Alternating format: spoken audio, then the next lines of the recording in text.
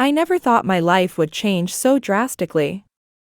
The once familiar feeling of my passport in hand, the hum of the airplane engine, and the excitement of exploring new cultures and cuisines had been replaced with the cold reality of house arrest. The four walls of my home seemed to grow closer each day, suffocating me in a way that no bustling market or crowded street ever had. It was during these long days at home that I felt the weight of confinement, and the ever-present yearning for the excitement of my past adventures. I knew I had to find a way to bring the world into my home, to recreate the vibrant flavors and experiences I cherished. My quest for culinary inspiration began in the most unexpected of places, the dusty attic. As I rummaged through the piles of old belongings, I stumbled upon a small box, nearly forgotten in the far corner. Inside were yellowed recipe cards, covered in my great-grandmother's spidery handwriting, and faded photographs of her in her kitchen. As I leafed through the delicate pages, I felt an overwhelming sense of connection to my family's history. Each recipe told a story, a memory of a time when food brought people together in celebration and love. I eagerly called my mother, who shared her own memories and advice as I dove into learning and mastering my family's traditional dishes. Over the next few weeks, my kitchen was transformed into a sanctuary of culinary exploration.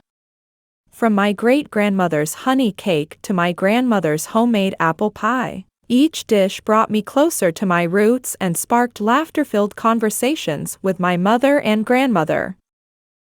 With a newfound appreciation for my family's culinary heritage, I set out to recreate the international flavors I had experienced during my travels. I spent hours poring over cookbooks and scouring the internet for the most authentic recipes and ingredients. My efforts did not go unnoticed. One day, my neighbor Mrs. Patel knocked on my door, drawn in by the intoxicating aroma of spices wafting through the walls. "Emily, what are you cooking?" she asked, her eyes twinkling with curiosity. "I'm attempting a Moroccan tagine," I replied, smiling at her enthusiasm. "Would you like to join me for dinner and try it?" As we shared a meal, we discovered our mutual love for international cuisine.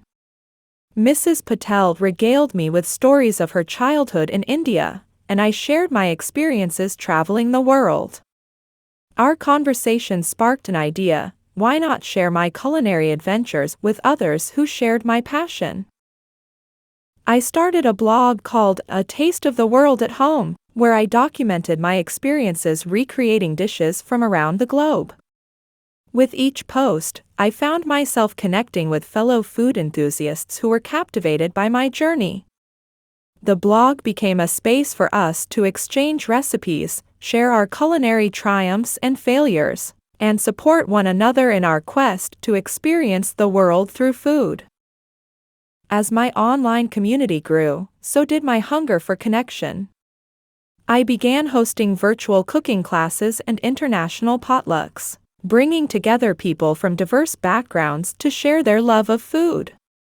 As we cooked, laughed, and ate together, we discovered that our similarities far outweighed our differences.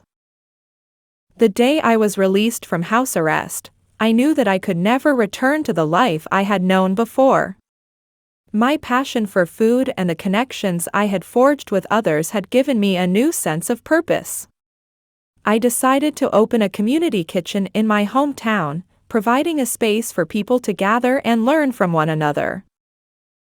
The community kitchen became a hub for people of all ages and backgrounds to come together and celebrate their love for food.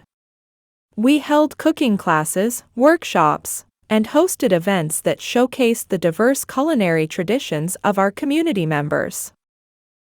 As I stood in the bustling kitchen, surrounded by laughter and the delicious aromas of countless dishes, I marveled at how far I had come. From the confines of my home, I had managed to recreate the essence of travel and adventure through the power of food. With each new dish I learned and every new friend I made, I discovered that the world was not as far away as I had once thought. The warmth of the human spirit and the bonds we formed over our shared love of food had broken through the barriers of my house arrest, bringing the world into my home and my heart. In the end, my culinary adventures taught me that the essence of travel is not simply found in the physical act of venturing to new places, but in the connections we make with others and the experiences we share. Through the simple act of cooking, I had managed to transform my life and find a new sense of purpose, proving that even within the confines of my home, I could still experience the joy and adventure that I had always craved.